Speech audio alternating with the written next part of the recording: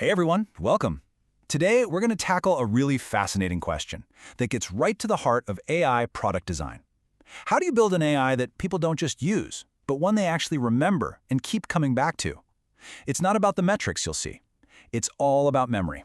Let's jump in. So here's a paradox that I'm sure keeps a lot of developers up at night. You can build a technically flawless AI. I mean, it's fast, it's accurate, it's stable, but then you watch people use it once and poof, they're gone. Meanwhile, you've got an AI like ChatGPT that can literally just invent stuff, and people are still flocking back to it, saying how brilliant it is. So what gives? And this, right here, gets right to the heart of it. The big idea we're exploring today is this. While engineers are obsessing over benchmarks and accuracy scores, users are just running on feelings. They're not running diagnostics, they're having an experience.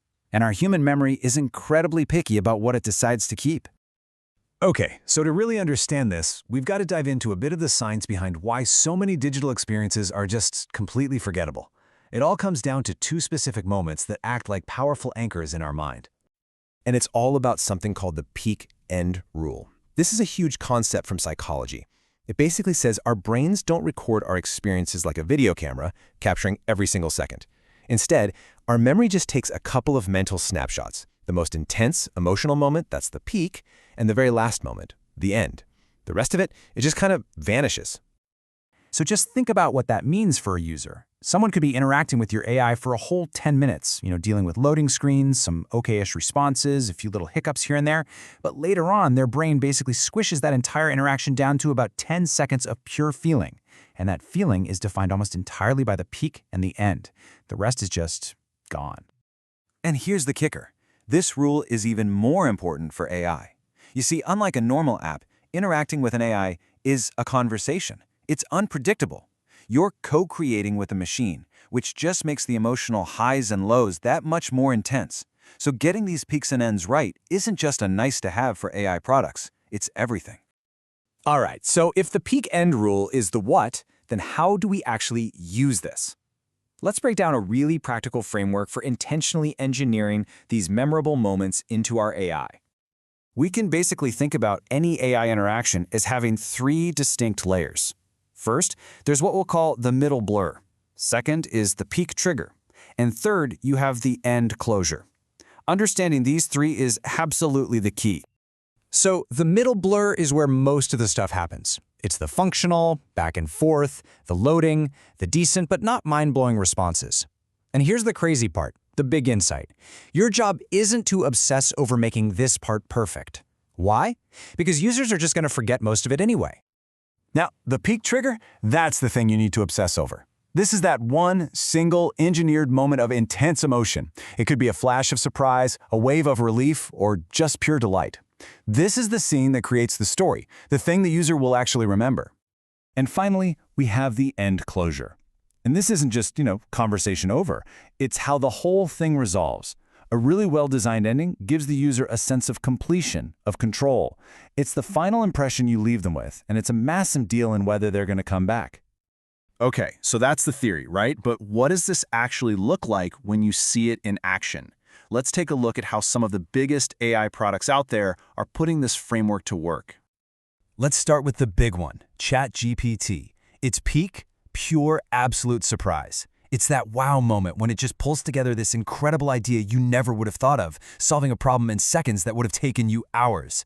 And its end, it's all about control. There's a clean stop, you can copy it, you can regenerate it, you can start fresh. You are in charge. And this is exactly why it works so well, even with all its flaws. That wow moment gets seared into your brain as a powerful memory anchor. And that feeling of control at the end leaves you feeling satisfied, not just stranded. Those two things together are so powerful that people are willing to forgive a whole lot of messy or just plain wrong stuff in the middle. Okay, next up, Grammarly. Its peak is all about validation. You know that little hit of satisfaction you get when it suggests a change that suddenly makes your writing sound so much smarter? That's the peak. And the end is pure empowerment. Grammarly never has the final word. You do. You accept, you reject, you are always the author. Or how about Perplexity? The peak here is just pure relief. That feeling when it gives you a perfect, concise, sourced answer and saves you from opening 27 browser tabs.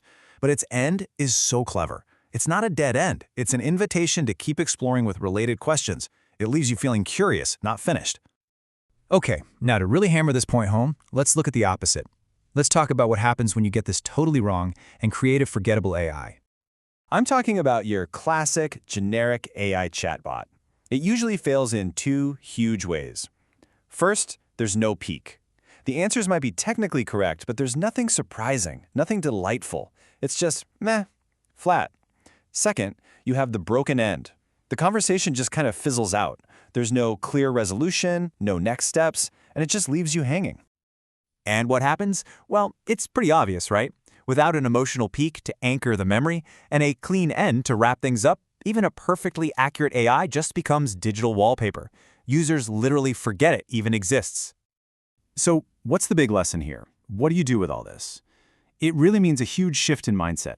You've got to stop thinking like an engineer optimizing a system and start thinking more like a movie director crafting an experience. I absolutely love this comparison because it's so true. People don't remember every single scene in a movie, do they? No! They remember the best scene, and they remember how it ended. Your AI product is exactly the same. So, here's your playbook, your action plan. First, find and design your AI's peak moments. Find those key emotional points and just amplify the surprise. Amplify the user's feeling of control. And second, design your endings on purpose. Give a really clear task-complete signal, offer obvious next steps, and always give control back to the user. No confusion. And this really brings it all home.